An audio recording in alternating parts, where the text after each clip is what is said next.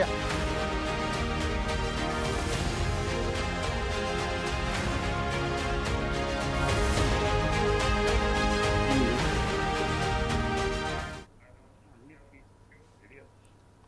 Welcome to four sides TV. బనకచర్లకు break. Andhra Pradesh రాష్ట్ర chief minister Telugu తల్లికి జలహారతిగా అభివర్ణిస్తూ రాయలసీమ ప్రాంతానికి సస్యశ్యామలం చేస్తామని, లక్షలాది మందికి తాగునీటి సమస్య, సాగునీటి సమస్య, అలాగే విద్యుత్ ఉత్పత్తి కేంద్రానికి ఒక గోదావరి జలాలను అక్కడిని తరలించేటట్లు పోలవరం నుండి బనకచర్లకు తరలిస్తే అక్కడి నుంచి వెళ్ళి ఆ తరలించే విషయంలోనూ కేంద్ర ఏదైతే ఉన్నదో జలవనరుల శాఖ సిడబ్ల్యూసి కమిషన్ ఏదైతే తాత్కాలికంగా బ్రేక్ వేసింది. దీనికి సంబంధించిన సరి అయిన పద్ధతిలో మీరు ఒక డిపిఆర్ తయారు చేసి పంపించండి.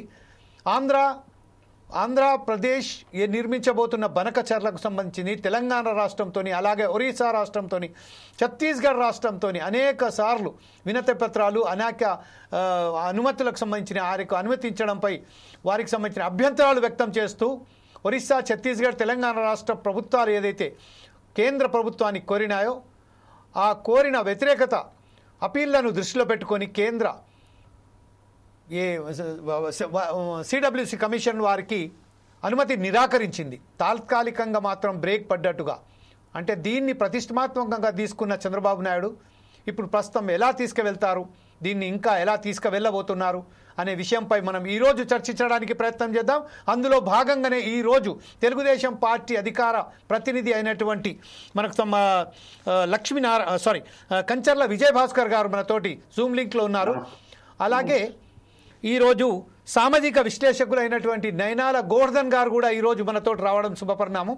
వీరిద్దరితో మనం మొదలు పెడదాం. తర్వాత మనకు కొద్దిసేపట్లో రిటైర్డ్ ఇరిగేషన్ ఆఫీసర్ అయినటువంటి ఇంజనీర్ అయినటువంటి లక్ష్మీనారాయణ గారు కూడా మనతోటి జూమ్ లైన్లో మనకు వచ్చేస్తారు. అలాగే ప్రసాద్ గారు రాజకీయ విశ్లేషకులు కూడా మరికొద్దిసేపట్లోనే జాయిన్ అయిపోతారు. ప్రస్తుతం ఒకసారి టీడీపీ నాయకులైనటువంటి కంచర్ల విజయభాస్కర్ దగ్గరికి వెళ్దాం. విజయభాస్కర్ గారు ఈరోజు ఎంతో ప్రతిష్టాత్మకంగా తీసుకున్న ఈ జలహారతి అనే బంకచర్ల ప్రాజెక్టుకు సంబంధించింది ఈరోజు కేంద్ర ఏదైతే ఉన్నదో వారికి సంబంధించింది పర్యావరణ శాఖ ఈరోజు అనుమతి నిరాకరించింది. ఈ విషయంపై దీన్ని మీరు ఎలా స్పందిస్తారు? ఇది ఒక ప్రొసీజర్ లో భాగంగా, అంటే జూన్ 5వ తేదీ ఆంధ్రప్రదేశ్ ప్రభుత్వం కేంద్ర అటవీ, పర్యావరణ, వాతావరణ మార్పుల శాఖకి దరఖాస్తు పెట్టింది. మాకు పర్యావరణ అనుమతి కావాలని చెప్పి ROR పోతే అంటే రెఫరెన్స్ అది మన విధి విధానాలు ఖరారు చేయమని అందుకు దరఖాస్తు పెట్టింది. అయితే వాళ్ళు June 17 river valley hydro electrical project సంబంధించిన చైర్మన్ చక్రపాణి గారి అధ్యక్షతన సమావేశమై సుదీర్ఘంగా చర్చించి పోతే పర్యావరణ అనుమతి జారీ చేసే ముందు మీరు కేంద్ర జల సంఘాన్ని అంటే సెంట్రల్ వాటర్ కమిషన్ ని సంప్రదించండి. పోతే ఇందులో అంతర్రాష్ట్ర విషయాలు దాగున్నాయి. అదేవిధంగా వరద జలాల మీద ప్రాతిపదిక మీద, వరద జలాల పునాది మీద మీరు ఈ ప్రాజెక్ట్ ని నిర్మించడానికి తలపెట్టారు కాబట్టి ఆ వరద జలాల ఖచ్చితత్వాన్ని మీరు నిర్ధారించుకోండి. అంటే ఏ ఇయర్, ఏ సంవత్సరం, ఏ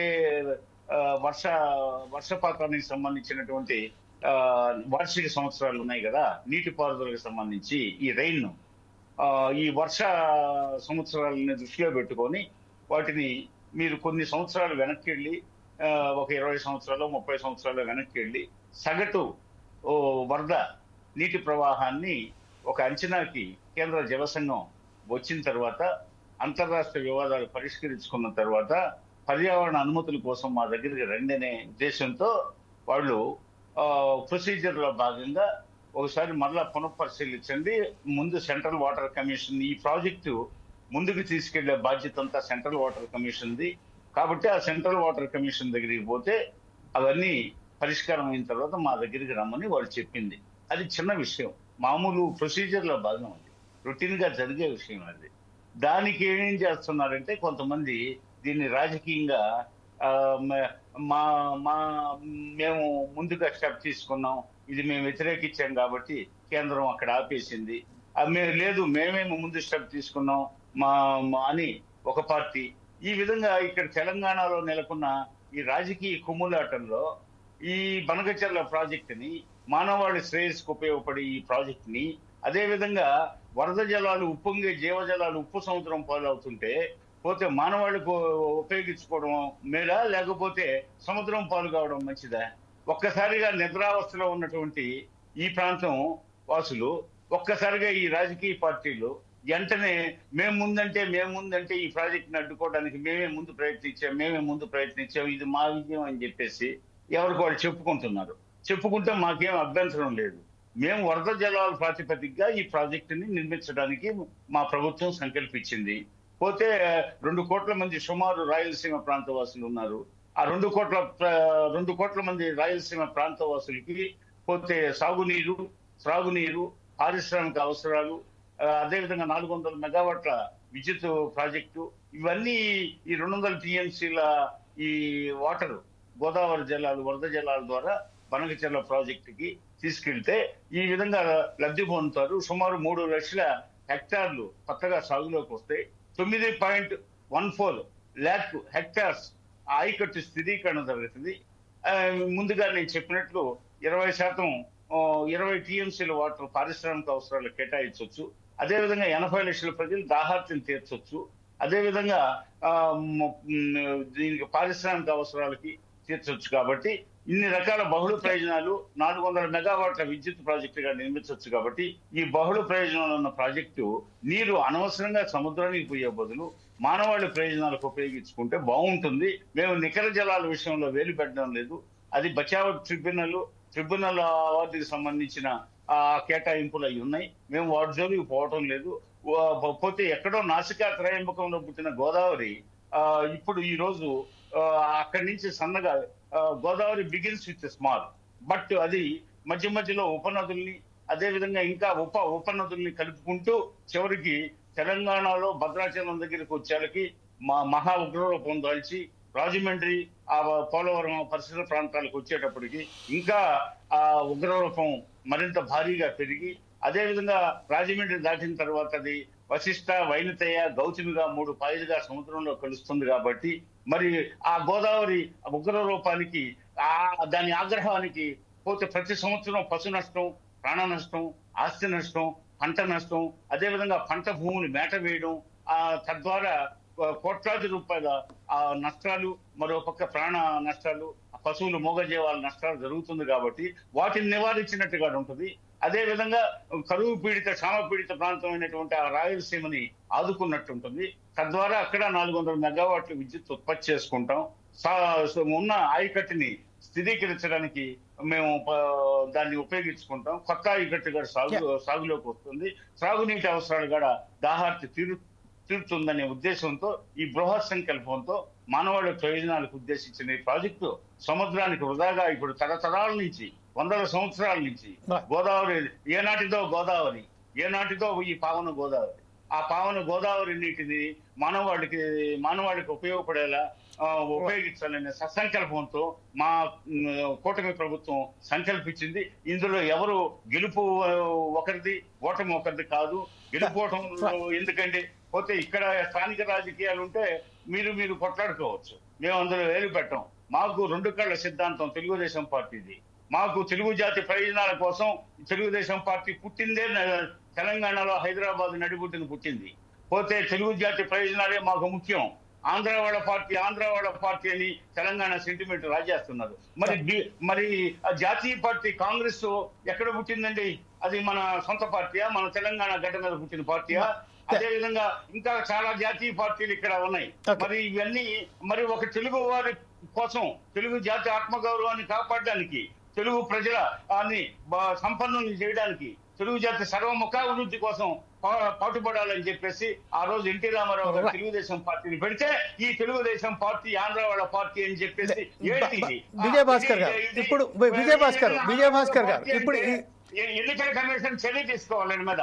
విజయభాస్కర్ గారు, ఇప్పుడు మనకు సంబంధించింది బనకచర్లతో ఎవరికి జాతీయ పార్టీని ఆలింగనం చేసుకుంటారు.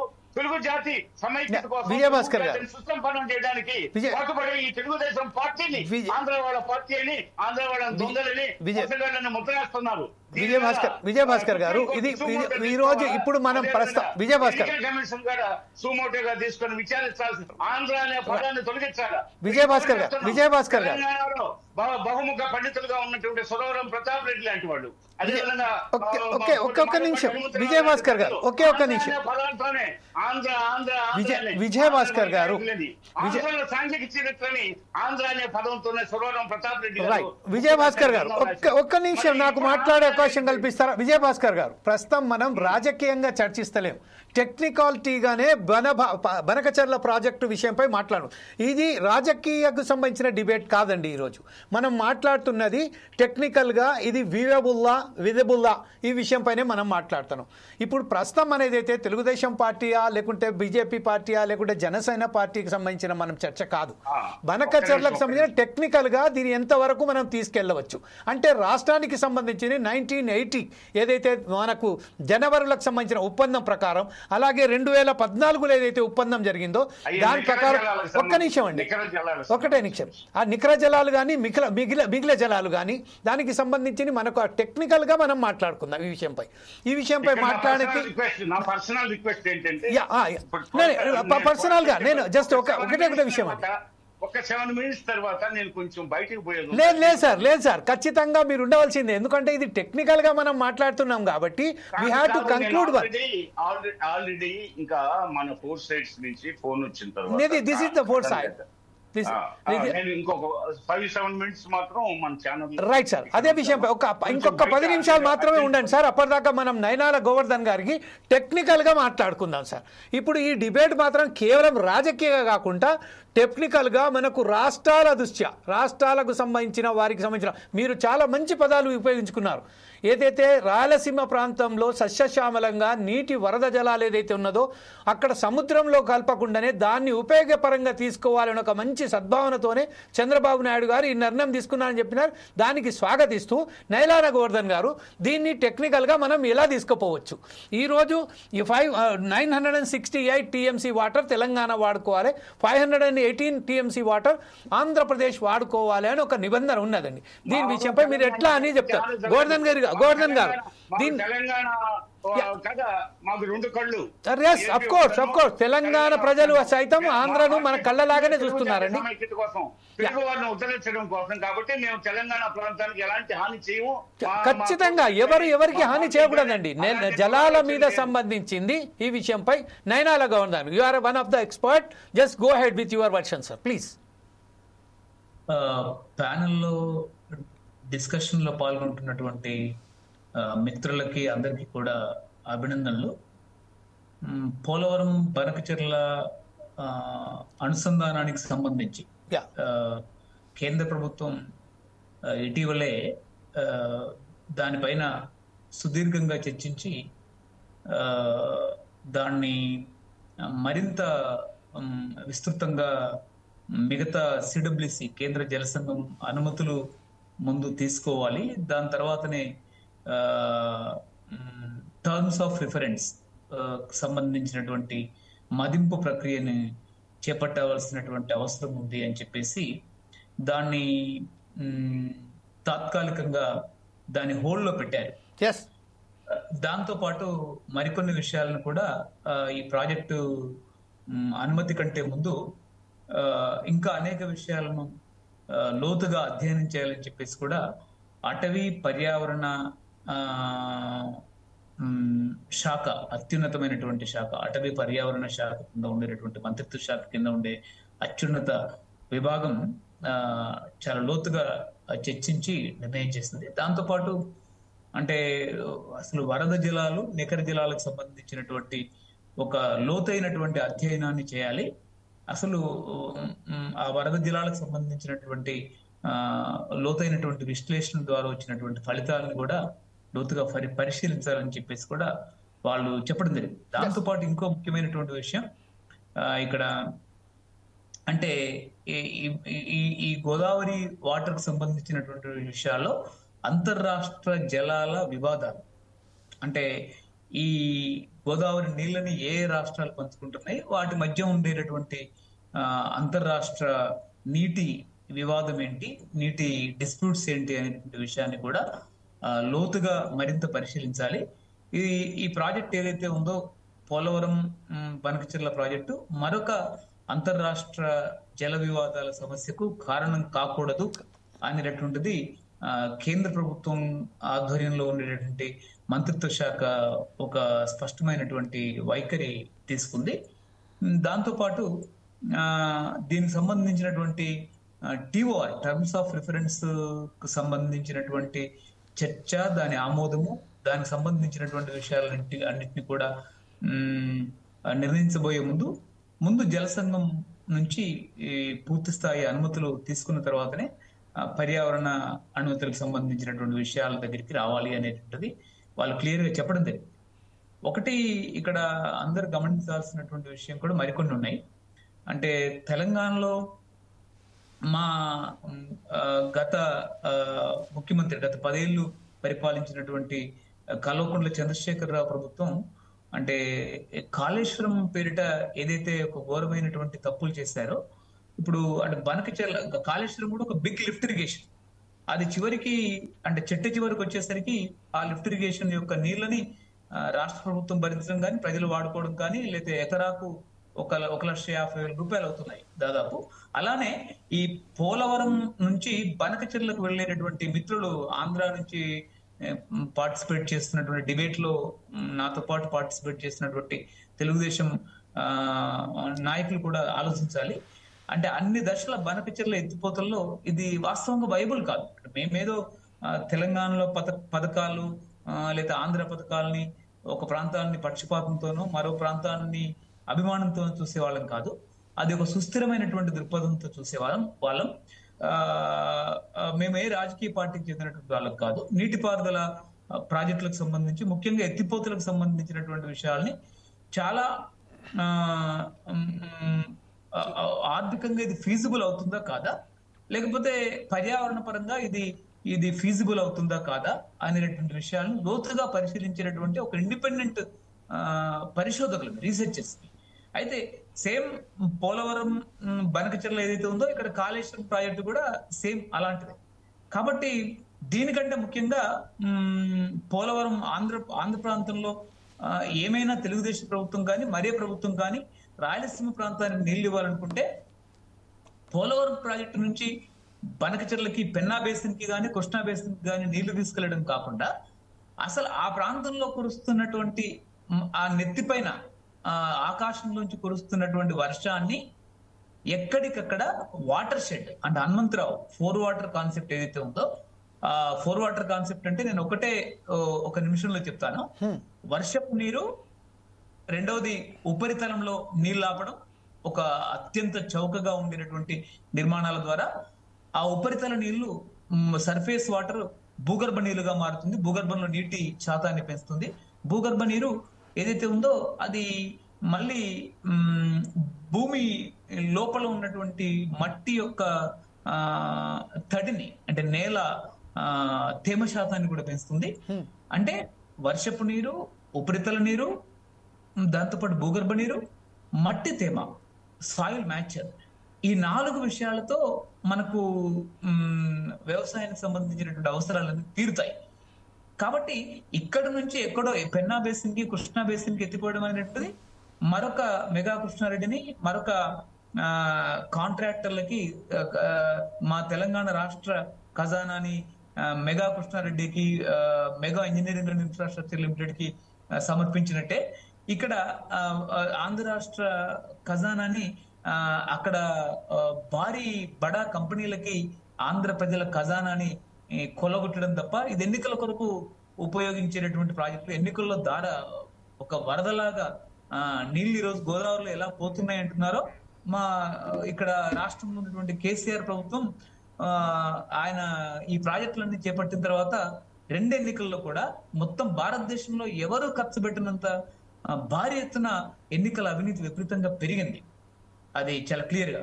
కాబట్టి ఇక్కడ చాలా కీలకమైనటువంటి విషయం ఏంటంటే పోలవరం బనకచెర్ల అనేటువంటిది వైబుల్ కాదు, ఆర్థికంగా కూడా ఏ విధంగా పర్యావరణ పరంగా ఫీజిబుల్ కాదు. ఇంకో రెండో కీలకమైన విషయం ఏంటంటే అసలు పోలవరమే బేసికల్లీ అది ర్యాక్ బెడ్ కాకుండా చాలా శాండ్ బెడ్ ఉంది అక్కడ. అసలు పోలవరం నుంచి నీళ్లు ఎత్తిపోయడం, అసలు పోలవరం ఈ అక్టోబర్ వరకు అది నిలిస్తే చాలా కష్టం. ఒకటే నిమిషం. ఇప్పుడు మనం ఏదైతే పోలవరం విషయానికి వస్తే గతంలో ఏదైతే ప్రపోజ్డ్ మాత్రం 41.15 హైట్కు వాళ్ళు అనుమతి కోరారు. 42 ప్రపోజ్డ్ 41.15. కాకపోతే ఏంటంటే గవర్నమెంట్ గ్రాంట్ చేసింది 45.12, ఇజంట్ ఇట్ 45.72 హైట్. దానికి వాళ్ళే అనుమతులు ఎక్కువ ఇచ్చేశారు. తద్వారా ఏమైందంటే ఇప్పుడు అదే దానికి సంబంధించింది పియర్స్ మాత్రం ఒకసారి మనం చూస్తే పియర్స్ హైట్ మాత్రం 54 మీటర్స్ ఉన్నాయి. దానికి సంబంధించింది ఇప్పుడు 194 TMC అక్కడ నిల్వ వాళ్ళకు చేయగానే దానికి సంబంధించిన కెపాసిటీ ఉంది. ఇప్పుడు ప్రస్తుతం మనం చూసినట్టయితే 200 TMCలు మనం తెలంగాణకు సంబంధించిన ఎత్తిపోత మనకు గోదావరి నీళ్ళకు సంబంధించిన మనం వరకు తీసుకుంటామని చెప్తున్నారు. అది 200 TMC కాకుండా దానికంటే ఎక్కువగా ఇంకో 200 TMC తీసుకోపోవడానికి ఒక కుట్రపూరితమైన ప్రాజెక్టే బనకచెర్ల అని చెప్తున్నారు. మీరు చాలా ఒక బ్రహ్మాండమైన విషయం చెప్పారు. ఏదైతే కాళేశ్వరం వైపు మనం కట్టామో అది ఈరోజు ఎట్లయితే ప్రమాదశాత్తుగా మారిందో, ప్రమాదకరంగా మనం మాట్లాడుకుంటూ పోతున్నామో, అలాగే ఈ బనకచెర్ల ప్రాజెక్టు కూడా ఎల్ఎన్టీ కానీ లేక ఇంకా మేఘా కానీ ఇంకా ఇతరత్ర కంపెనీలకే కట్టబెట్టడానికే ప్రయత్నం చేస్తున్నారని చెప్తున్నారు. పోలవరాన్నే మనం ఒకసారి ప్రశ్నించవలసిన అవసరం ఉన్నది. అయితే పోలవరానికి పైపెచ్చు ఇప్పుడు బనకచెర్ల కూడా తీసుకొచ్చారు. ఈ విషయంపై కూడా క్లుప్తంగా మీరు ఒకసారి మాట్లాడండి సార్. సార్ ఇప్పుడు ఒకటే అంటే బేసికల్లీ పోలవరం ప్రాజెక్టే అక్కడ అంత పెద్ద ప్రాజెక్ట్ కట్టేటటువంటి పరిస్థితి. రెండోది మీరు అన్నట్టు 192 TMCల నీటి నిల్వ అనేటువంటిది శాండ్ బెడ్ పైన చేయకూడదు. చాలా ప్రమాదం కదండి. పోలవరం ప్రాజెక్టు ప్రధాన స్పిల్వే అంటే ప్రధాన ఏదైతే అడ్డుకట్ట ఉందో ఆ ప్రధాన అడ్డుకట్ట శాండ్ బెడ్ ఎంత ఉంటుందంటే 91 మీటర్లు అండి. భూ ఉపరితలం నుంచి 91.5 మీటర్ల వరకు కూడా టోటల్ శాండ్ బెడ్ అండి. అంటే మన అన్నారం, మేడిగడ్డ, సుందిల్లా ప్రాజెక్టులు ఏవైతే బ్యారేజీలు ఏవైతే కట్టాడో శాండ్ బెడ్ పైన అంతకంటే భయంకరమైనటువంటి శాండ్ బెడ్ పైన అది ఉంది. అది ఆల్రెడీ ఇప్పటికే జమీల్ గారు మొత్తం దాదాపు కొన్ని ఒక 100 మీటర్ల పొడవున, నేను కరెక్ట్ గా లెక్కలు చెప్పగలను, అనేక పదుల మీటర్ల పొడవున మొత్తం సర్ఫేస్ నుంచి 92 మీటర్స్ వరకు కట్టినటువంటి అడ్డుగోడ, భూగర్భంలో కట్టినటువంటి అడ్డుగోడ ఏదైతుందో మొత్తం కూలిపోయింది, తునాతునకలు అయిపోయింది. మీటర్న్నర వెడల్పుతో కట్టినటువంటి అడ్డుగోడ తునాతునకలు అయిపోయింది. దీని కొరకని చెప్పేసి ఆంధ్రప్రదేశ్ రాష్ట్రంలో ఉన్నటువంటి డ్యామ్ సేఫ్టీ వాళ్ళు, water experts, central water commission Modi ఆధ్వర్యంలో ఉన్నటువంటి కేంద్ర జల సంఘం ఆధ్వర్యంలో ఉండే నిపుణులు, NDSA నిపుణులందరూ కూడా చేతులు ఎత్తేశారు. అమెరికా నుంచి 2 నిపుణుల్ని, దాంతో పాటు కెనడా నుంచి 2 నిపుణుల్ని, ఒక నిపుణుల్ని కెనడా నుంచి ఒకరిని, అమెరికా నుంచి 2 తీసుకొచ్చారు. వాళ్ళు కూడా ఈరోజు దాదాపు ఆ పరిస్థితిని అంతా చూసి మొత్తం అంతా రిపోర్ట్ కనుక ఆశాంతం మొత్తం చదివితే వాళ్ళు కూడా చేతులు ఎత్తేసినటువంటి పరిస్థితి కనిపిస్తుంది. కాబట్టి అసలు పోలవరం నుంచి 200 TMCలు 400 TMCలు పక్కన పెట్టండి, అసలు పోలవరం అక్టోబర్ వరకు నిలుస్తుందా అనేది ఒక బిగ్ క్వశ్చన్. మీకు అర్థమైన విషయం. దీనిపైన ప్రత్యేకమైన డిబేట్ చేయాలి. మొత్తం మానవాళి చరిత్రలో హిరోషిమా, నాగసాకి పైన ఏదైతే అమెరికా బాంబులు ఇస్తుందో రెండో ప్రపంచ యుద్ధం చివరిలో, రెండో ప్రపంచ యుద్ధం రష్యా గెలిచిన తర్వాత, జర్మనీ ఓడిన తర్వాత, ఈరోజు ఇక్కడ వేస్తున్నటువంటి పోలవరం దగ్గర కడుతున్నటువంటి ఏదైతే పోలవరం ఏదైతే ఉందో డయాఫ్రమ్ వాల్ మొత్తం ఇప్పటికే విచ్ఛిన్నమై విధ్వంసమై కూలిపోయినటువంటి నేపథ్యంలో ఇది ఒక వాటర్ ఆటం బాంబుగా రేపు మారే అవకాశం ఉంది. ఈ అక్టోబర్, జూలై నుంచి ఈ రోజు నుంచి అక్టోబర్ వరకు ఏ రోజైనా ఈ పరిణామం జరగవచ్చు. మేము దీనిపైన కూడా చాలా సమాచారం, దీనిపైన కూడా భవిష్యత్తులో ప్రజలకి అనేక వాస్తవాలతో కూడినటువంటి సమాచారాన్ని ప్రజల ముందు పెట్టడం జరుగుతుంది. కాబట్టి పోలవరమే ప్రశ్నార్థకమైనప్పుడు పోలవరమే బ్యారేజ్ తప్ప 2.5 TMC బ్యారేజ్ తప్ప అక్కడ అసలు అక్కడ అక్కడ ఇంత పెద్ద డ్యామ్ ని కేఎల్ రావు వ్యతిరేకించాడు. కేఎల్ రావు ఆంధ్ర ప్రాంతానికి చెందినవాడు. దాంతోపాటు టి హనుమంతరావు రాజమండ్రికి చెందినటువంటి ఈఎన్సీ ఇంజనీరింగ్ చీఫ్ ఉమ్మడి ఆంధ్రప్రదేశ్ లో. అతను హైదరాబాద్ లో ఉండేవాడు, హైదరాబాద్ లోనే చనిపోయారు.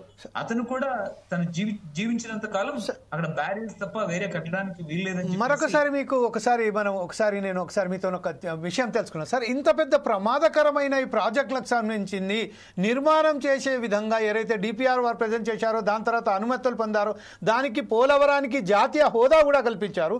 కేంద్ర ప్రభుత్వం దీనిపై దృష్టి సారించలేదా? సిడబ్ల్యూసి దీని మీద దృష్టి సారించలేదా? ఇంతమంది chief engineers, irrigation departments experts కూడా they have given their opinion, and as per your words there is some persons who were expert in this irrigation project from the Canada and America also. They are also denied for this project, and they are given a very wrong report about this project. So why the government, central government or state government has blindly just constructing the project, sir? అంటే ఇక్కడ చాలా కీలకమైన ప్రశ్న వేస్తారు మీరు. చాలా మంచి ప్రశ్న ఇది. అంటే ఇంత రకాల ప్రమాదకరమైనటువంటి పరిస్థితులు ఉన్నప్పటికీ కూడా ఎందుకు కేంద్ర ప్రభుత్వం అక్కడ పోలవరాన్ని తలకెత్తుకుంది, పోలవరానికి డబ్బులు భారీ ఎత్తున సహకారం చేస్తుంది అనేది కనుక చూస్తే, స్టేట్ రీఆర్గనైజేషన్ లో భాగంగా ఇది వచ్చింది. వాస్తవంగా ఇది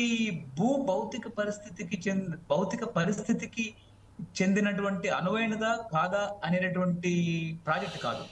ఇది రాజకీయ నాయకులు తమ ఇష్టం ప్రకారం ప్రకృతికి వ్యతిరేకంగా తీసుకున్నటువంటి నిర్ణయం. ఇక్కడ కాళేశ్వరంలో అన్నారం, మేడిగడ్డ, సుందిళ్లలో ఏదైతే కేసీఆర్ తనే చీఫ్ ఇంజనీర్ అయి తనే ఆ మానస పుత్రికను నేనే కన్నాను అని చెప్పేసి మొన్నటి వరకు చెప్పి, ఎక్కడైతే ఘోష్ కమిషన్ లో రివర్స్ సాక్ష్యం ఏదైతే ఇచ్చారో, ఈ రోజు రేపు పోలవరంలో కూడా దురదృష్టవశాత్తు ఏదైనా ఘటన జరిగి పోలవరం మొత్తం కొలాప్స్ అయిపోతే, రేపు కేంద్ర ప్రభుత్వం కానీ రాష్ట్ర ప్రభుత్వ ఇంజనీర్లు కానీ అంతర్జాతీయ నిపుణులు దాదాపు ఏ ప్రాజెక్టులో చాలా తక్కువ ప్రాజెక్టులో పనిచేస్తుంటారు. వీళ్ళందరూ కూడా అంతర్జాతీయ నిపుణులు భూగర్భంలో డయాఫ్రమ్ వాల్ ఎలా కట్టాలి, ఎలా నిర్మించాలి, అంటే భూ ఉపరితలంలో ఎలా అయితే నది కొన్ని లక్షల క్యూసెక్కులు, కాళేశ్వరం దగ్గర 28 లక్షల క్యూసెక్కుల నది ప్రవాహం 22, 23, 24, 24లో ఉంటే, పోలవరం దగ్గరకు వచ్చేసరికి అది దాదాపు మరో 2-3 లక్షల క్యూసెక్లు పెరుగుతుంది. అంటే దాదాపు 30 లక్షల క్యూసెక్లు, 29 లక్షల క్యూసెక్లు దాటే అవకాశం ఉంది. కాబట్టి నది ఉపరితలంలో ఎంతైతే నీళ్లు పోతున్నాయో నది గర్భంలో కూడా అంతే నీళ్లు పోతాయి. కాబట్టి ఆ నీళ్ళని 91 మీటర్ల వరకు నది గర్భంలో మనం పోకుండా అడ్డుకట్ట కడుతున్నారు. కాబట్టి ఆ అడ్డుకట్ట ఇప్పటికే దాదాపు బేయర్ కంపెనీ అని ఒక German Bayer company diaphragm wall నిర్మాణ క్రమంలో ఏదైతే అత్యంత ఒక జర్మన్ కంపెనీ ఉంది, ఆ బేయర్ కంపెనీ మొన్న మేలో ఏం మాట్లాడుతుందంటే, అసలు లోపల 91 మీటర్ల తర్వాత ఏదైతే బండ ఉంటుందో ఆ బండ లోపల ఇంకో 4-5 మీటర్లు తొలిచి డయాఫ్రమ్ వాల్ ని దానిలో ఇరికించాలి అని international experts, state experts, central CWC వాళ్ళంటే, అసలు అవసరం లేదండి, అది పైన కూడా నిర్మించవచ్చు, అట్లయితే చాలా లేట్ అవుతుంది అని చెప్పేసి నిర్మాణ కంపెనీ బేయర్ కంపెనీ అంటది. ఆశ్చర్యకరమైన విషయం సార్ ఇది. అంటే ఇప్పుడు చూడండి, ఒక విషయం ఏంటంటే, ఇన్ని కోట్ల రూపాయలకు సంబంధించిన ప్రజాధనాన్ని అక్కడ నిరుపయోగంగా, అంటే ఒకసారి ప్రమాదశాత్తు అదే ఆ కోట్ల రూపాయలకు సంబంధించిన రూపాయలు కేవలం మానవానికి మొత్తం ప్రమాదంగా ఏర్పడే వానికి విధంగా మనమే ఉపయోగించుకుంటున్నాం అన్నట్టుగా చర్చ.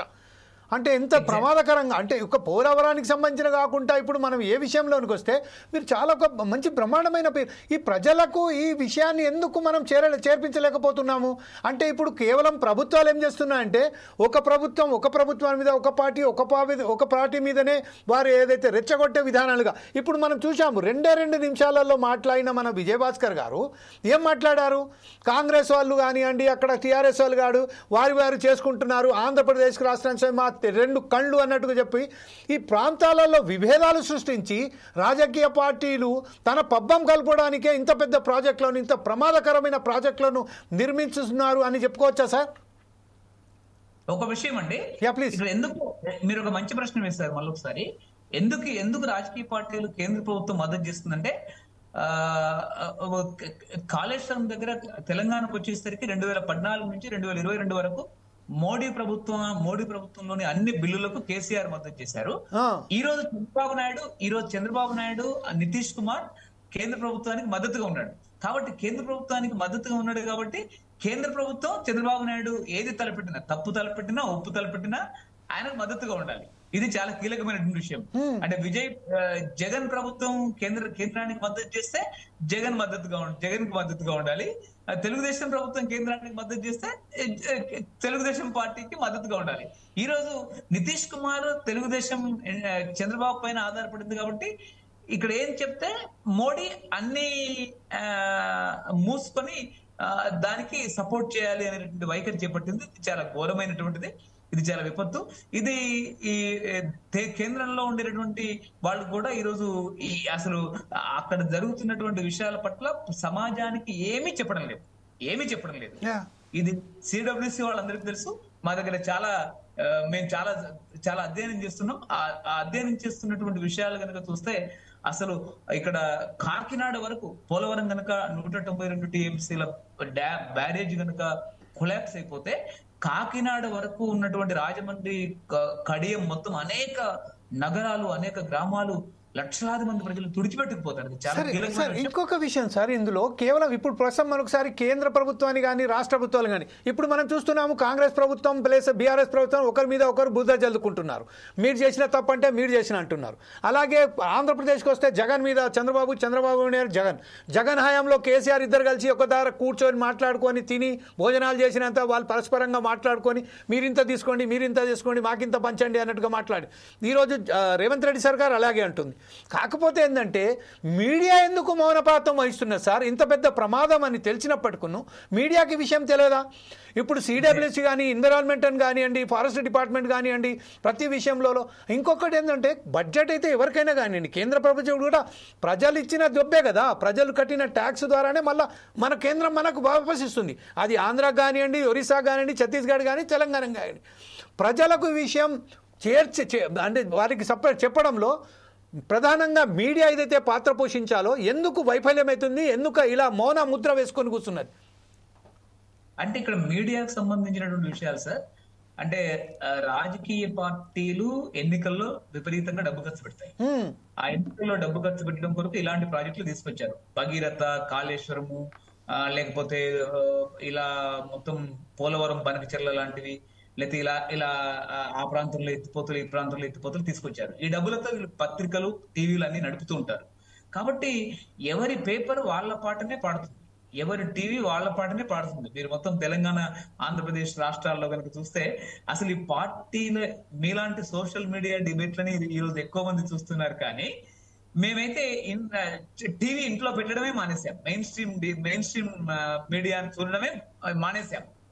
ఈ విధంగా ఈరోజు యువతకు కానీ, సమాజానికి కానీ ఈ రాజకీయ పార్టీలు వాళ్ళ టీవీలో చర్చిస్తున్న విషయాలు, వాళ్ళ పేపర్లో ఇస్తున్నటువంటి విషయాలు కూడా చూడడం మానేశారు. కాబట్టి మెయిన్ స్ట్రీమ్ మీడియా ఎప్పుడు కూడా వాస్తవ విషయాలు తెలియజేయకపోవడం వల్లనే ఈరోజు సోషల్ మీడియా ఆదరణ ఎక్కువ పెరుగుతుంది. కాబట్టి ఇది main stream media, main stream political parties కనుక మారకపోతే చాలా కొత్త పార్టీలు వస్తున్నాయి. ఇప్పుడు శ్రీలంకలో ఒక కొత్త పార్టీ వచ్చింది, అధికారంలోకి వచ్చింది. రేపు బంగ్లాదేశ్ లో కూడా ఒక స్టూడెంట్స్ పార్టీ, నిన్నటి వరకు హసీనాను తరిమి కొట్టినటువంటి స్టూడెంట్స్ పార్టీనే అందరూ కలిసి ఒక పార్టీ ఏర్పాటు చేశారు. ఇప్పుడు ఐరోపాలో కూడా 2 పార్టీల, అమెరికాకు భిన్నంగా ఎలన్ ముస్క్ అని ఒక పార్టీ పెడతా అని చెప్పేసి అంటున్నారు. కాబట్టి ఈరోజు కొనసాగుతున్నటువంటి ఈ పథకాల పేరిట, ప్రాజెక్టు పేరిట ఖజానాన్ని దోచుకోవడము, ఎన్నికల్లో ఖర్చు పెట్టడము అనేటువంటి వైఖరి ఇక ముందు నడవదు. కాబట్టి ఇలాంటి దానికి భిన్నంగా సుస్థిరమైనటువంటి ప్రాజెక్టులు, అసలు వాస్తవంగా నిజాయితీ చంద్రబాబు నాయుడు గవర్నమెంట్ కి రాయలసీమకు, పెన్నా ప్రాంతానికి, కృష్ణా ప్రాంతానికి, రాయలసీమ ప్రాంతాలకు నీళ్లు ఇవ్వాలనుకుంటే మన హనుమంతరావు 4 వాటర్ కాన్సెప్ట్ ఏదైతుందో అసలు పైనుంచి వర్షం కురుస్తుందండి, ఎత్తిపోతలు ఎందుకండి? అక్కడ పైన నెత్తిపైన భూమిలో వర్షం పడుతున్నప్పుడు ఆ నీళ్ళు నా భూమిలో ఆపేస్తే అయిపోతుంది, దానికి అసలు ఖర్చు అవసరం లేదు కదా. దీనికి ఒక విధి విధానం అనేది పోర్ వాటర్ కు సంబంధించి గతంలో మనం చూసాము. ఎలా అయితే పోర్ వాటర్ ను మనం అక్కడ పోర్ వాటర్ ను మనం ఒకసారి దానికి అక్కడనే కట్టలు కట్టేసి అప్పటికప్పుడే అక్కడ నీటిని ఉపయోగించే బలంగా మనకు ఇంతకుముందు చూసాము. అనేక మార్లు అనేక దేశాలు కూడా పడిస్తున్నాయి. మన తెలంగాణ ప్రభుత్వం కూడా అలాగే సార్లు ఇలాంటి చిన్న చిన్న చెక్ డ్యామ్స్ అవన్నీ కట్టించుకొని చాలా బ్రహ్మాండంగా పనిచేసింది. ఈ రోజు ఎందుకు డ్యామ్ల మీద ప్రాజెక్టుల మీద ఎందుకు ఈ మీద ఆధారపడవలసిన అవసరం ఉన్నది సార్? ఎందుకు దీని విషయంలో అసలు వాస్తవానికి మీలాంటి ఇంజనీర్స్ కానీ ఏవైతే సోషల్ యాక్టివిటీస్ కానీ సోషల్ వర్కర్స్ కానీ ఎందుకు ముందుకు రావట్లేదు? ఈరోజు ప్రధానంగా ఇంజనీర్స్ మనం ఒకసారి చూసినట్టయితే సార్, చాలా I'm very sorry to say that when ఎవరైతే ఇంజనీర్స్ ఉన్నారో ఈరోజు మన కాళేశ్వరమే చూద్దాం. కాళేశ్వరం విషయానికి వస్తే ఎన్ని లక్షల రూపాయల వ్యయంతో లక్షల కోట్ల రూపాయల వ్యయంతో కట్టారని చెప్తున్నారు. అవినీతి ఎంత జరిగింది అనే దానికి ఉదాహరణనే ఈరోజు ఇంజనీర్ల మీద ఈ రైడ్స్ జరిగినప్పుడు వందలాది కోట్ల రూపాయలు వాళ్ళ ఇండ్ల నుంచెల్లే వెళ్తున్నాయి. అంటే ఎందుకు ఇలా ప్రజలను మోసం చేసుకుంటూ మన మీద పెద్ద పెద్ద ప్రాజెక్టులు డ్యామ్లు కట్టుకుంటున్నాము? చిన్న చిన్న ఆనకట్టలు కట్టుకొని మనం ఎందుకు మన వానను మనం రక్షించి మన పొలాలను మన తరాలను రక్షించే ప్రయత్నం ఎందుకు చేస్తున్నాం సార్? అంటే ఇక్కడ చాలా కీలకమైనది జమీల్ గారు చాలా మంచి ప్రశ్న వేశారు. అంటే ఎప్పుడైతే ఈ రోజు ఉన్నటువంటి నీటిపారుదల ప్రాజెక్టులు ఎనఫ్ అండి, సరిపోతాయి. ఏదైనా అవసరం అనుకుంటే అది గ్రావిటీ పద్ధతిలో నీరు అందించేటటువంటి ప్రాజెక్టు తప్ప భారీ ఎత్తిపోతలతో రెండు ఎత్తిపోతలు దాటినటువంటి ఏ ప్రాజెక్టు కూడా దాదాపు ఇప్పుడు అవసరం లేదు మనకి. అంటే ఈ నీటిపారుదల ప్రాజెక్టులు భారీ ఎత్తున కట్టి వరి సేద్యానికి అంటే వరి పంటకు నీళ్లు ఇవ్వడం వల్ల విపరీతమైనటువంటి రసాయన ఎరువులు రసాయన పురుగు మందులు మనం కొట్టాల్సి వస్తుంది. దానివల్ల భూమి యొక్క సారం నాశనం అవుతుంది. రెండవది పర్యావరణం నాశనం అవుతుంది. జలవనరుల యొక్క అడల్టరేషన్ జలవనరుల యొక్క వినాశనం ఎక్కువ అవుతుంది. ఇది అవసరం లేదు ఇప్పుడు మనకి. రెండవది ఇంకోటి, అతి ఎక్కువగా వరి పండించడం వల్ల ఈరోజు షుగర్ ఎక్కువ పెరుగుతుంది. షుగర్ కానీ బీపీ కానీ మనుషుల్లో ఎక్కువ పెరుగుతుంది. తెలంగాణ ఆంధ్రప్రదేశ్ లో మొత్తం భారతదేశంలో అన్ని ప్రాంతాల కంటే ఎక్కువ షుగర్ వ్యాధితో చక్కెర వ్యాధితో బాధపడుతున్నటువంటి వాళ్ళ సంఖ్య పెరుగుతుంది. అది ఇప్పుడు చివరికి ఎక్కడికి వచ్చిందంటే యువకులకు 30-25 ఏళ్ల పిల్లలకు కూడా షుగర్ వస్తుంది. చివరికి 4 నెలలు 5 ఏళ్ల వాళ్లకు కూడా ఇప్పుడు షుగర్ విపరీతంగా వస్తుంది. దీనివల్ల విపరీతమైనటువంటి సమస్యలు పెరుగుతున్నాయి. ఇప్పుడు ఏమంటున్నారు అంతర్జాతీయ పౌష్టికాహార నిపుణులు పౌష్టికాహార సంస్థలు ఏమంటున్నాయంటే మీరు తృణధాన్యాలు ఎక్కువ తీసుకోండి. అంటే నీటిపారుదల నీళ్లతో కాకుండా వర్షంతో పండేటటువంటి పంటలు ఏవైతే అతి తక్కువ నీటితో పండేటటువంటి పంటలు ఏవైతే ఉన్నాయో అలాంటి పంటలు జొన్నలు కానీ కొర్రలు కానీ సామలు కానీ మిల్లెట్స్ కానీ తృణధాన్యాలు కానీ మీరు అవిసెల్లం అనేది ఇది ఇలాంటి అరికలు కానీ ఇలాంటివన్నీ కూడా ఎక్కువ తీసుకోవాలి అని చెప్పేసి అనేక మంది చెప్తున్నారు. దానివల్ల ఏంటంటే మనం హాస్పిటల్కి పోవాల్సిన అవసరం ఉండదు. చాలా మంది అలాంటి జీవన శైలికి చాలా మంది వెళ్ళిపోయి అసలు హాస్పిటల్కి వెళ్ళడం కూడా మానేశారు. అది తీసుకోవడం ఎప్పుడైతే తృణధాన్యాలు అతి తక్కువ నీటితో పండించేటటువంటి పంటలు ఏవైతే ఉన్నాయో అవి శారీరక శక్తిని పెంచుతాయి, జీవక్రియను కూడా విపరీతంగా పెంచుతాయి. దానివల్ల శరీరం కూడా చాలా బాగా ఉంటుంది. మరొకసారి మనం బనకచర్ల విషయానికి వస్తే సార్, బనకచర్ల విషయంలో ఈ రోజు మాట్లాడితే బనకచర్లకు సంబంధించిన ఒక విషయం, బనకచర్ల కట్టాలంటేనే 81 కోటి రూపాయల వ్యయం, 81,000 లక్షల కోట్ల 81,000 అంటే 80,112 crores రూపీస్ దానికి అవసరం ఉన్నాయి. 80,112 crores అంటే దీనికి సంబంధించింది. దాని ద్వారా ఏమవుతుందంటే కేవలం 3 లక్షల మందికి మనం తాగునీటు, అలాగే మనము చూస్తే దాదాపు 8 లక్షల మందికి తాగునీటు, అది 3 హెక్టార్లకు సాగునీరు, అలాగే 20 అక్కడి మనం టీఎంసీ వాటర్లు కేవలం ఎలక్ట్రిసిటీ మనం ప్రొడ్యూస్ చేయడానికి పనికొస్తుందని చెప్తున్నారు. అంటే 80 కోట్ల రూపాయలు, అంటే దాదాపుగా 80 ఇంకా కొంచెం పెనుక్కునే పోవచ్చు వేవ్. అయితే దాని తద్వారా మనం ఏదైతే మనం అనుకుంటున్నామో 8 లక్షల మందికి 80 lakhs పీపుల్కు మనం డ్రింకింగ్ వాటర్, అలాగే 3 lakh హెక్టార్కు మనం ఇరిగేషన్ వాటర్ అందిస్తున్నాం. ఈ వ్యయం దీనికి 80 కోట్ల రూపాయలకు సరిపోతుందా? ఎన్ని సంవత్సరాలు పట్టాలి సార్ దీన్ని మనం రికవరీ చేసుకోవాలంటే? తద్వారా దీనికి వ్యయం ఏదైతే ఉన్నదో దానికి వడ్డీ కూడా మనం కట్టవలసి ఉంటుంది. ఇది బిల్ట్ అండ్ టేక్ ఆపరేటే కాదు సార్, ఈ ప్రాజెక్టు కూడా ప్రభుత్వం ఇస్తుంది 85 కోట్లు అంటే we have to repay it to the central government. Is it sir? Sir, A project కూడా వీరు ప్రకటించినటువంటి ఇనిషియల్ బడ్జెట్ తో, ఇప్పుడున్నటువంటి ప్రారంభ బడ్జెట్ తో సరిపోదు. ఉదాహరణకి తుమ్మిడిహెట్టి చేవెళ్ళ చూస్తే, ప్రాణహిత చేవెళ్ళ చూస్తే 38,500 కోట్లు. దానికంటే ముందు 16,000 కోట్లు ఉంటాయి.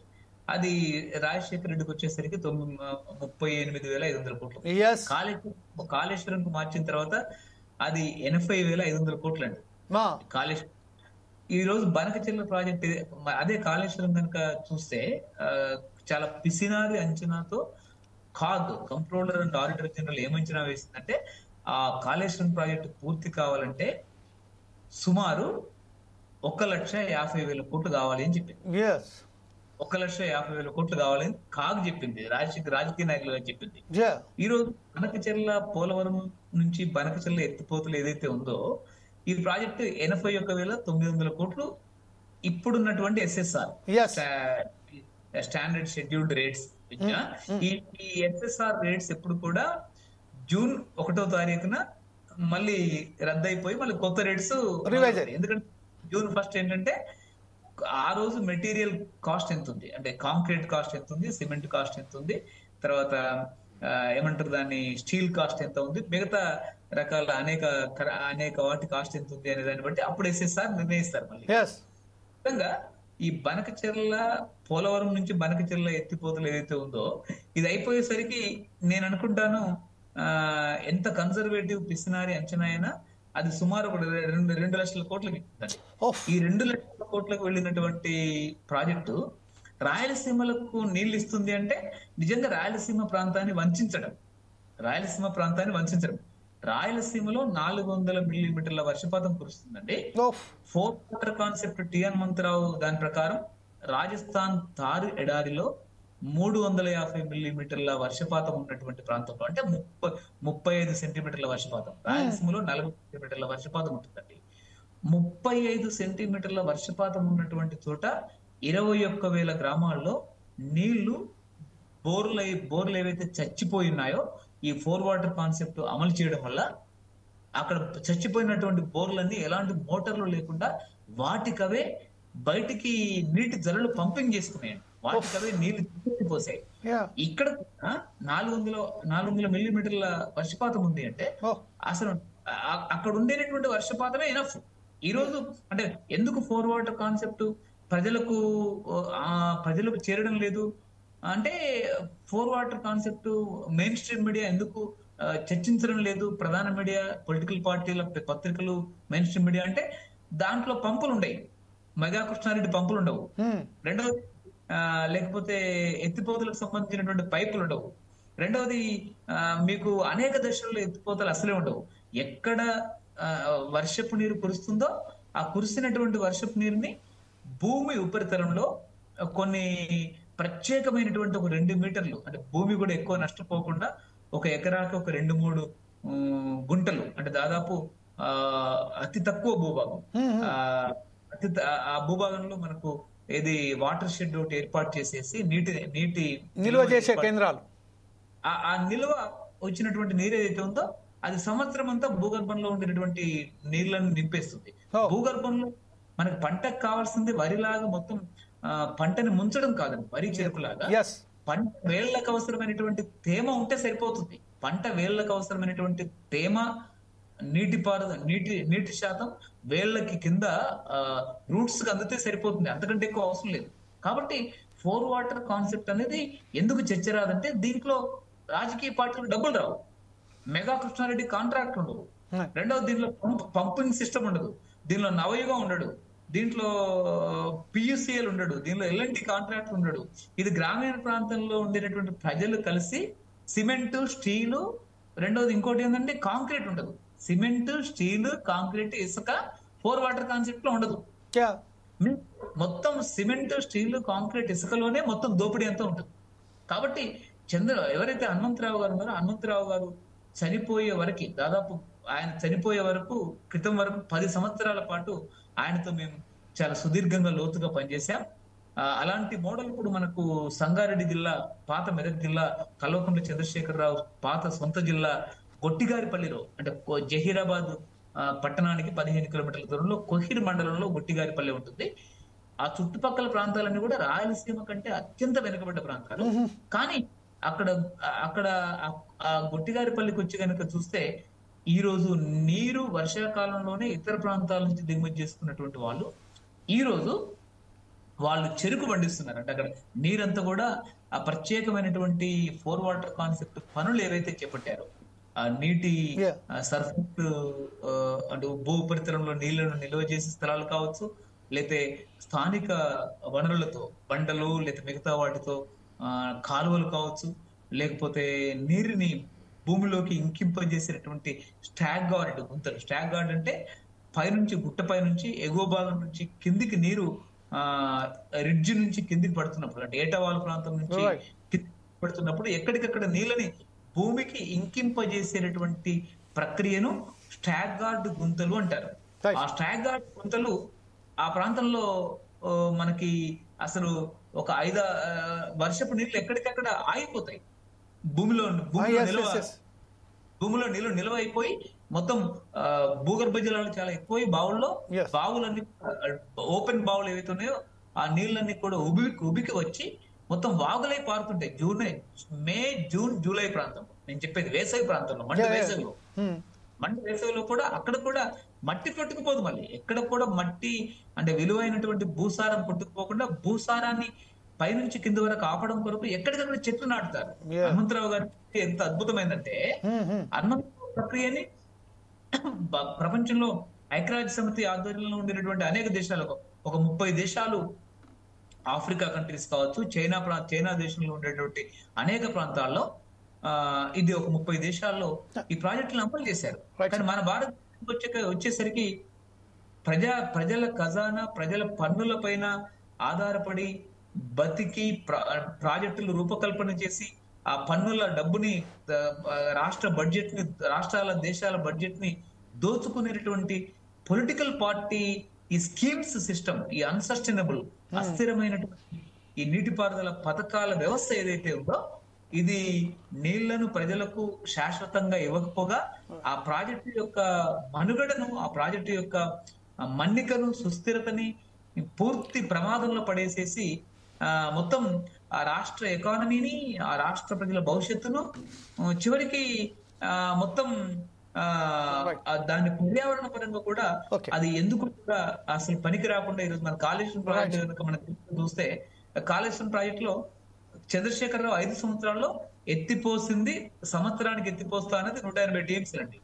ఆయన 5 సంవత్సరాల్లో కూడా 162 టీఎంసీలు ఎత్తిపోయినాయి. 5 సంవత్సరాల్లో కూడా 162 టీఎంసీలు ఎత్తిపోయలేదు. ఆ 162 టీఎంసీల్లో 163 టీఎంసీలు సముద్రంలో కలిసిపోయాయి. అంటే పైనుంచి నది వస్తుంది, కిందికి నీళ్ళు ఎత్తిపోసిన నీళ్ళన్నీ వెళ్ళిపోతాయి. చివరికి ఆయన వినియోగించిన నీళ్ళు ఎంత అంటే 99 టీఎంసీలు.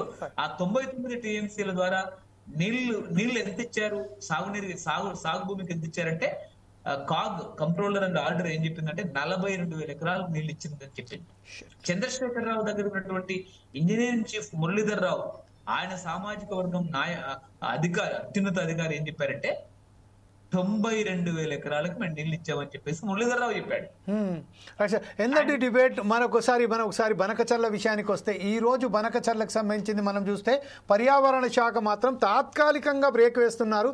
దానికి సంబరపడాల్సిన అవసరం లేదు, ఖచ్చితంగా మేము బనకచర్ల ప్రాజెక్ట్ కట్టి తీర్తామని చెప్తున్నారు. గతంలో ఒకసారి మనం చూసినట్టయితే సార్, మీరు ఏదైతే చెప్తున్నారో ఒక ఆశ్చర్యకరమైన విషయాలు, ప్రతి విషయంలో ప్రజలకు ఏదైతే మంచి జరగబోతుందో ఆ విషయాలను 4 వాటర్లనే మనం అక్కడ నిల్వలు చేసి మన పంట పొలాలు దానికన్నా బ్రహ్మాండంగా మనకు సాగు చేసుకోవచ్చు అని చెప్తున్నారు. త్రాగునీటికి కూడా మనకు కొత్తవ లేకుండా చేస్తా అని చెప్తున్నారు. కానీ ప్రభుత్వాలు మాత్రం ఈరోజు మొండి వైఖరిగా ఇప్పుడు చంద్రబాబు నాయుడు ప్రభుత్వం కానివ్వండి, లేకపోతే అక్కడ ఉన్న కూటమి ప్రభుత్వంలో జనసేన కానివ్వండి, బీజేపీ కానివ్వండి, ఇప్పుడు చూస్తే కాంగ్రెస్ ప్రభుత్వం కానివ్వండి, లేకపోతే ఇక్కడ మన ఇంతకుముందు వచ్చిన బీఆర్ఎస్ ప్రభుత్వం బీఆర్ఎస్ ప్రభుత్వం కానీ అనేక మార్లు ఒక విషయానికి వస్తున్నాయి. ఎవరు ఏదైనప్పటికీ ఈరోజు పర్యావరణ శాఖ మాత్రం తాత్కాలికంగా బ్రేక్ వేసింది. కానీ ఈరోజు మేము వారికి హారతి ఇచ్చేసామన్నట్టుగా వీళ్ళు చెప్తున్నారు. ఆయనేమో నేను ఖచ్చితంగా కట్టి తీరుతామని చెప్తున్నారు. ఈ విషయంపై లాస్ట్ కంక్లూడ్గా బనకచర్ల ప్రాజెక్టుపై, అలాగే పోలవరం ప్రాజెక్టుపై, మెడిగడ్డ మనకు సంబంధించిన కాళేశ్వరం ప్రాజెక్టుపై సూటిగా మీరు ప్రజలను ఎలాంటి సందేశం ఇవ్వబోతున్నారు సార్? ఒకటి అండి, పోలవరం నుంచి బనకచర్లకు తీసుకెళ్లే నీళ్లు ఏవైతున్నాయో రాయలసీమకి ఎత్తిపోస్తామనే నీళ్లు, అది పెన్నా బేసిన్ కావచ్చు, లేకపోతే కృష్ణా బేసిన్ కావచ్చు, ఇది మరొక కాళేశ్వరం లాంటి ప్రాజెక్టు. ఇది ఎన్నికల నిధుల కొరకు చేపట్టినటువంటి ప్రాజెక్టు తప్ప ఇది రాయలసీమ ప్రాంతానికి నీళ్లు అందిస్తుంది, రాయలసీమ సస్యశ్యామలం అవుతుందని చెప్పేసి రాయలసీమ ప్రాంతంలో ఉండేటటువంటి వాళ్ళకి ఏ ఒక్కరికి కూడా నమ్మకం లేదు. రెండవది, చాలా కీలకమైనటువంటి విషయం ఇంకోటి ఏంటంటే, అసలు పోలవరం ప్రాజెక్టే ఏదైతే బేస్ ప్రాజెక్ట్, పోలవరం నుంచి 200 TMC లేదా వరద జలాలు తీసుకెళ్తామని చెప్పేసి అంటున్నారు. ఈ పోలవరం ప్రాజెక్టే ఈ అక్టోబర్ వరకు దాని భవిష్యత్తు ఏమిటి అనేటువంటిది ఒక పెద్ద భూగోళం అంత ప్రశ్న, ఆకాశం అంత ప్రశ్న. ఇప్పటికే పోలవరం స్పిల్వే కింద ఉన్నటువంటి డయాఫ్రమ్ వాళ్ళు కొన్ని పదుల మీటర్లు అనేక పదుల మీటర్లు పైనుంచి కింది వరకు 91.5 మీటర్ల వరకు కూడా తునాతునకలు అయిపోయింది. కాబట్టి ఆ స్పిల్వే నిలుస్తుందా, అసలు మొత్తం కొట్టుకుపోతుందా, తుడిచిపెట్టుకుపోతుందా, ఏమవుతుంది అనేటటువంటిది ఒక పెద్ద ప్రశ్నార్థకంలో ఉంది. కాబట్టి ఇది గనక తేలిపోతే అసలు అది ఆంధ్ర ప్రజల ఏదైతే ఉందో వాళ్లకు ఒక పెద్ద విపత్తు గల ప్రాజెక్ట్ గా మారే అవకాశం ఉంది. రెండోది, కేంద్రం కూడా మౌనంగా ఉంది. అంటే అది చంద్రబాబు నాయుడు ప్రభుత్వం యొక్క భుజస్కంధాల పైన కేంద్ర ప్రభుత్వం నిలబడింది కాబట్టి పోలవరం పైన అసలు ఒక్క మాట కూడా మోడీ ప్రభుత్వం గాని కేంద్ర ప్రభుత్వ పెద్దలు గాని ఒక మాట్లాడలేదు. ఆ రోజు కేసీఆర్ కాళేశ్వరంను నితిన్ గడ్కరీ గాని, లేకపోతే బీజేపీ పార్టీ పెద్దలు మంత్రులు కానీ, లేకపోతే ఆ పార్టీకి సంబంధించినటువంటి కేంద్ర అధికారులు కానీ ఎలా అయితే పొగిడారో, ఈరోజు పోలవరంలో కూడా వాళ్ళు అదే వైఖరి చేపట్టారు. కానీ అది కూడా చాలా త్వరలో అది దాన్ని మనం నిజం నిరూపణ కాబోతుంది. వీటన్నింటికంటే పోలవరం బనకచెర్ల ప్రాజెక్టు కంటే 4 వాటర్ కాన్సెప్ట్ ఏదైతే ఉందో, అంటే చతుర్భుజ జల ప్రక్రియ, హనుమంతరావు ప్రక్రియ ఏదైతే ఉందో, అది రాయలసీమ నెత్తిపైన 400 మిల్లీమీటర్ల వర్షపాతం, 40 సెంటీమీటర్ల వర్షపాతం పడుతుంది. ఆ వర్షపాతాన్ని ఎక్కడి భూమిలో అక్కడ సర్ఫేస్ భూమిలో ఇంకించి ఆ నీళ్ళని సంవత్సరం అంతా కేవలం ఇదే చంద్రబాబు ఏదైతే పోలవరం బనకచెర్ల చేపట్టాడో ఆయననే 4 వాటర్ కాన్సెప్ట్ కి సంబంధించినటువంటి డబ్బంతా కూడా గ్రామీణ ఉపాధి హామీ పథకం ద్వారా లేదా మిగతా పథకాల ద్వారా గొట్టిగారిపల్లి సంగారెడ్డి, పాత మెదక్ జిల్లాలో ఉండేటువంటి గొట్టిగారిపల్లి అనే ఊరికి ఇదే చంద్రబాబు నాయుడు డబ్బులు రిలీజ్ చేశారు చాలా భారీ ఎత్తున. అదృష్టవశాత్తు అదే హనుమంతరావు గారు, చనిపోయినటువంటి హనుమంతరావు గారు ఎవరైతే ఉన్నారో ఈ 4 వాటర్ కాన్సెప్ట్ యొక్క సృష్టికర్త ఎవరైతే ఉన్నారో ఆయననే చంద్రబాబు నాయుడు ప్రభుత్వం కింద, ఉమ్మడి ఆంధ్రప్రదేశ్ ప్రభుత్వం కింద గొట్టిగారిపల్లిలో పనిచేశారు. ఈ రోజు చంద్రబాబు నాయుడు శశభిషలకు పోకుండా, మరొక దానికి పోకుండా 4 వాటర్ కాన్సెప్ట్ ఆ ప్రాంతంలో అత్యంత కీలకమైనటువంటిది. ఇది కేంద్ర ప్రభుత్వం కూడా అమలు చేయాలి. కేంద్ర ప్రభుత్వం ఎందుకు అమలు చేయాలంటే వసుంధర రాజ్య ప్రభుత్వం, బీజేపీ ప్రభుత్వం ఆధ్వర్యంలో జైపూర్ అంటే రాజస్థాన్ థార్ ఎడారిలో ఒక భయంకరమైనటువంటి నీటి ఎద్దడి ఉన్నటువంటి ప్రాంతాల్లో అమలు చేసి హనుమంతరావును అనేక సార్లు ప్రత్యేకంగా పిలిపించి హనుమంతరావు గారి శిక్షణలో హనుమంతరావు గారు తరఫీదు చేసినటువంటి అఫ్సర్ లేదా తదితర అనేక మంది హనుమంతరావు కింద పనిచేసినటువంటి శిక్షకులు ట్రైనీస్ ఎవరైతే ఉన్నారో ఆ ట్రైనీస్ అక్కడ 21,000 గ్రామాల్లో పనిచేసి 21,000 గ్రామాల్లో 2 పంటలు 3 పంటలు వాళ్ళు సుభిక్షంగా పండించుకుంటున్నారు. అలాంటి తారెడారి కంటే రాయలసీమ దుర్భిక్షమైనది ఏం కాదు. తారెడారి రాయలసీమ కంటే చాలా ఘోరమైనటువంటి దుర్భిక్ష ప్రాంతము, నీటి కరువు ప్రాంతం, ఎడారి ప్రాంతం.